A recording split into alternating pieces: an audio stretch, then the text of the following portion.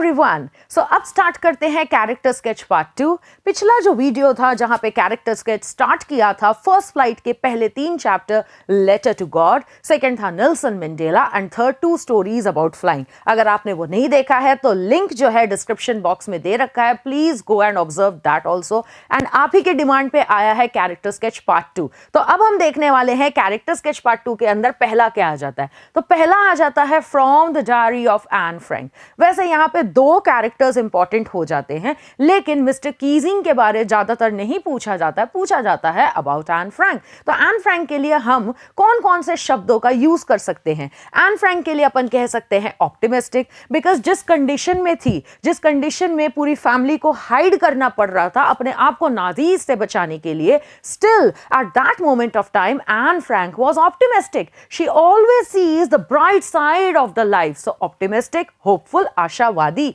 इसके साथ हम कह सकते हैं definitely she had been intelligent also. That is why वो इंट्रोस्पेक्ट कर सकती थी अपने लाइफ के बारे, एंड वो क्रिएटिव थी, इसी करके उसने डायरी उठाई थी लिखने के लिए, है कि नहीं। तो हम बिल्कुल बोल सकते हैं कि वो इंट्रोस्पेक्टिव थी।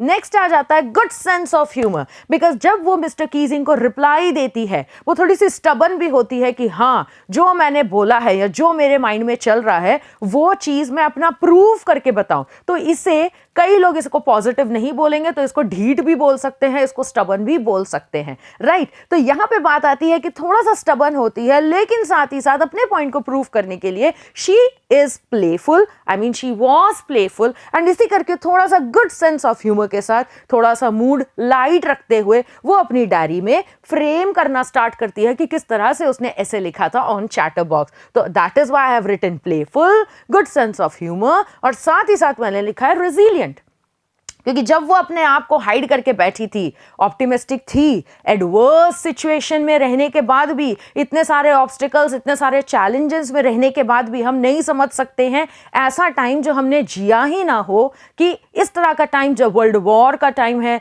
जब नाजीज या कोई और आके डिक्टेटरशिप कर रहा है, हमें रूल कर रहा है, वी हैवंट लिव्ड दैट। सो इसीलिए हम वो कंडीशन नहीं समझ सकते। तो छोटी मोटी चीजों में भी किस तरह से एडवर्स सिचुएशन आती है और आपको कितना रेजिलिएंट होना पड़ता है, that yes I am ready to overcome all the challenges of my life and reach where I want to go। तो ये हो जाता है हमारे पास एन फ्रैंक के बारे। अगला चलते हैं मिचबिल द ऑटर। मैम आपने तो ग्लिम्सेस ऑफ इंडिया स्किप कर दिया। ग्लिम्सेस ऑफ इंडिया के अंदर जो 3 पार्ट्स हैं उसमें से ज्यादातर क्वेश्चंस नहीं आते हैं। अलॉन्ग विद दैट अगर आ भी जाते हैं तो थोड़ा बहुत नेचर आपसे पूछ लिया जाएगा about Pranjal and his friend. Otherwise baker के क्या कैरेक्टर स्केच है, क्या नहीं है, उससे रिलेटेड ज्यादा चीजें नहीं पूछी जाती। That is why I have directly jump to the next one, that is Maxwell and otter.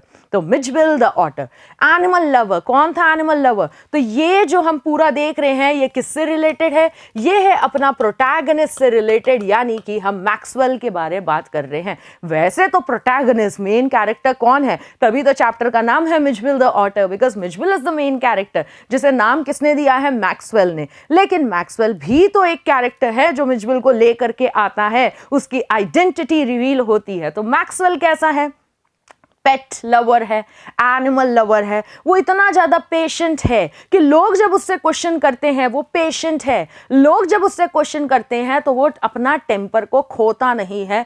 He did not lose his temper, he did not lose his cool. तो इसी करके हम कह सकते हैं कि वो पेशेंट है, एनिमल लवर है, वो जेंटल है, वो रिस्पॉन्सिबल है। अगर उसका एक पेट जो था डॉग दैट डाइड, तो उसके बाद उसमें इतना ज्यादा प्यार है फॉर एनिमल कि वो ऐसे किसी स्पीशीज को ले आता है जो एग्जैक्टली नोन नहीं होते हैं, और इसी करके आई मीन रेयर स्पीशीज होते हैं, और इसी करके नाम भी उस एनिमल को क्या दे दिया जाता है? Maxwell's otter. तो ये जनरल नाम दे दिया जाता है उसे। तो यहां से हम कह सकते हैं वो जेंटल है, वो प्यार से हैंडल कर रहा है अपने एनिमल को, अपने पेट को, और वो काफी ज्यादा रिस्पॉन्सिबल है। नेक्स्ट कैरेक्टर आ जाता है मिचबिल, जो कि ऑटर है। तो उसके लिए हम क्या कह सकते हैं? वो काफी ज्यादा क्यूरियस होता है, इंक्यूजिटिव होता है, दोनों का मतलब सेम है। वो क्यूरियस होता है, वो इंक्यूजिटिव होता है ये जानने के लिए और अपने आप को क्या जानने के लिए? यानी अपने आप को अपने सराउंडिंग के अकॉर्डिंग अडेप्ट करने के लिए, एडजस्ट करने के लिए, नई चीजों को देख के अट्रैक्ट होता है। तो क्यूरियस एंड इंक्यूजिटिव,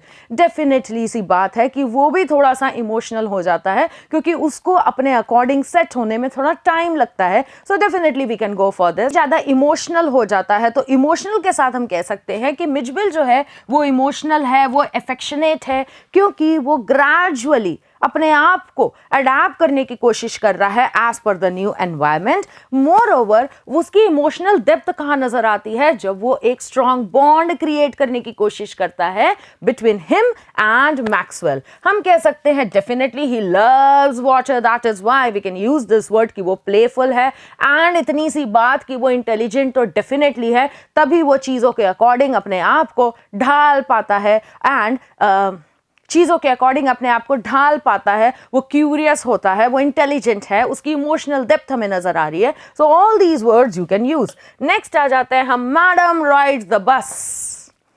कौन से कैरेक्टर के बारे में बात हो रही है? 8-year-old कैरेक्टर, दैट इज वल्ली के बारे में बात हो रही है। तो वल्ली के लिए आप कौन कौन से वर्ड्स लिख सकते हो? डेफिनेटली वो मोस्ट ऑफ द टाइम घर के बाहर खड़े होके चीजों को ऑब्जर्व कर रही होती है, तो वो क्यूरियस होती है, चीजों को ऑब्जर्व करती है। तो उसके लिए हम कह सकते हैं कि she is bright and observant child. वो माइन्यूटली चीजों को ऑब्जर्व करती है, उसमें क्यूरियोसिटी होती है कि मैं इस बस में राइड करूं, और इसीलिए तो चैप्टर का नाम बिल्कुल एप्ट है, that is madam rides the bus. Next कह सकते हैं कि हाँ, उसे किसी की भी हेल्प की जरूरत नहीं है, इसीलिए वो काफी ज्यादा कैलकुलेटिव भी होती है। वो फेयर कैलकुलेट कर लेती है मुझे कितने पैसे कलेक्ट करने हैं, and she is so independent and bold and mature कि उसको ये पता है मुझे फिलहाल, बिकॉज मेरा गोल है, मेरी क्यूरियोसिटी है कहाँ घूमना, तो मुझे छोटे मोटे चीजों पे पैसे खर्च नहीं करने। I have to save money. So we can say bright, independent, bold, mature, observant child as well as calculative child, है कि नहीं? अगला आ जाता है सेंसिटिव। बिल्कुल सेंसिटिव, तो सेंसिटिव है, अफेक्शनेट है, वो भी थोड़ा सा इमोशनल डेप्थ उसका नजर आता है जब वो ये देखती है कि अच्छा खासा एक काऊ जो यहाँ पे अभी जंप कर रही थी, उछल रही थी, all of a sudden life can be taken. So that is why उसका इमोशनल कनेक्शन, उसकी सेंसिटिविटी यहाँ पे हाईलाइट होती है। नेक्स्ट आ जाता है self respecting. She had been self respecting, that is why she decided I am not going to take help of the conductor. तो डेफिनेटली मुझे किसी के भी हेल्प की जरूरत नहीं, self respecting. Moreover conductor जब उसको ला के देते हैं कि आप ये खा लो बच्चे, वो खा लो, but she is like no, I do not want anything. This shows intelligent, mature के साथ साथ she is independent, she is bold, she is self respecting. Next आ जाता है all about the another character.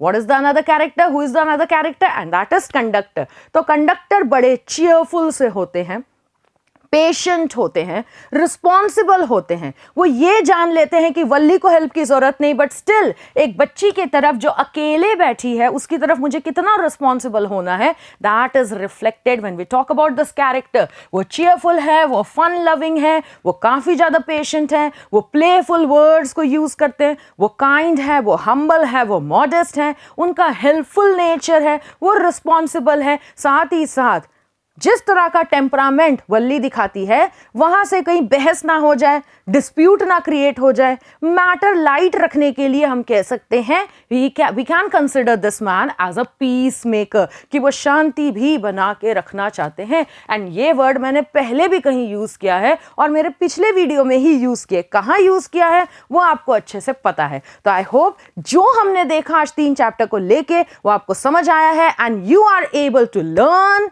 a few more new words by sitting at home under your cozy blanket.